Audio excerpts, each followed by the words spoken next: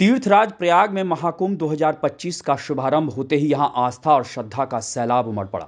पौष पूर्णिमा के पावन मौके पर शुरू हुए इस महाकुंभ में पहले ही दिन संगम तट पर डुबकी लगाने वालों की संख्या लाखों की कौन कहे, वो तो दोपहर में ही उसे पार कर करोड़ से भी ऊपर पहुंच गई और शाम होते होते तो ये 1.5 करोड़ को भी पार कर गई। यानी कल तक मकर संक्रांति पर पहला अमृत स्नान जब होगा तो फिर ये संख्या कितनी होगी उसका तो बस अंदाजा ही लगाया जा सकता है। वैसे भी प्रयागराज की महिमा और प्रभाव के बारे में गोस्वामी तुलसीदास का ये कहा इसका साक्षात प्रमाण है कि को कही सकई प्रयाग प्रभाऊ कलुष पुंज कुंजर मृगराऊ अस तीरथ पति देख सुहावा सुख सागर रघुबर सुख पावा। यानी पापों के समूह रूपी हाथी को मारने के लिए सिंह रूप प्रयागराज का प्रभाव कौन कह सकता है। अर्थात पापों के समूह रूपी हाथी को मारने के लिए सिंह रूप प्रयागराज का प्रभाव कौन कह सकता है।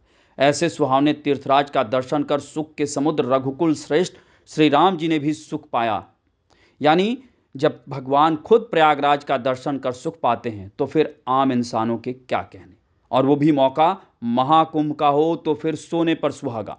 यही वजह है कि प्रयागराज महाकुंभ के पहले ही दिन संगम तट यानी गंगा यमुना और अदृश्य सरस्वती के संगम पर देश के अलग अलग हिस्सों से पहुंचे तीर्थयात्रियों की कौन कहे। यहां तो दुनिया भर के देशों से आए तमाम विदेशी भी संगम तट पर डुबकी लगाते और भक्ति में सराबोर होकर सनातन परंपरा और योग का बखान करते हुए नजर आए। गौरतलब है कि दुनिया का सबसे बड़ा आध्यात्मिक आयोजन महाकुंभ 2025 दुर्लभ बताया जा रहा है, क्योंकि ऐसा संयोग 144 वर्षों में केवल एक बार होता है। इस दौरान यहां आए भक्तों पर कई क्विंटल फूलों की बारिश की गई। साथ ही महाकुंभ 2025 के पहले दिन प्रयागराज में एप्पल के सह संस्थापक रहे स्टीव जॉब्स की पत्नी लॉरेन यहां काफी चर्चा में है। लॉरेन ने निरंजनी अखाड़ा में स्वामी कैलाशानंद गिरी की मौजूदगी में व्यास नंद गिरी महाराज के पट्टाभिषेक राज तिलक में भी हिस्सा लिया। उन्हें यहाँ कमला नाम दिया गया और वो सनातन धर्म से इतनी ज़्यादा प्रभावित हैं कि उन्होंने कैलाशानंद गिरी को अपना गुरु बना लिया और फिलहाल वो महाकुंभ 2025 में प्रयागराज में मौजूद है। इसके अलावा आम श्रद्धालुओं और कल्पवासियों ने रात से ही संगम तट पर डुबकी लगानी शुरू कर दी थी, जो दिन के उजाले के साथ और बढ़ती चली गई और ये संख्या हजारों को लाखों को पार करती करोड़ से भी ऊपर पहुंच गई। इस दौरान हर हर गंगे हर हर महादेव जय सिया राम की गूंज से पूरा वातावरण भक्तिमय नजर आया। जैसा कि ये महाकुंभ 13 जनवरी से लेकर 26 फरवरी तक 43 दिनों तक चलेगा। इस बार का महाकुंभ 2025 आस्था और आधुनिकता का संगम कहा जा रहा है। इसे डिजिटल कुंभ भी कहा गया है। यहाँ गूगल ने भी खास फीचर शुरू किया और महाकुंभ टाइप करते ही पेज पर वर्चुअल फूलों की बारिश हो रही है। वहीं प्रधानमंत्री मोदी ने सोशल मीडिया प्लेटफॉर्म एक्स पर महाकुंभ 2025 के शुभारंभ पर लिखा कि पौष पूर्णिमा पर पवित्र स्नान के साथ ही प्रयागराज की पुण्य भूमि पर महाकुंभ का शुभारंभ हो गया है। हमारी आस्था और संस्कृति से जुड़े इस दिव्य अवसर पर मैं सभी श्रद्धालुओं का हृदय से वंदन और अभिनंदन करता हूँ। भारतीय आध्यात्मिक परंपरा का यह विराट उत्सव आप सभी के जीवन में नई ऊर्जा और उत्साह का संचार करे, यही कामना है।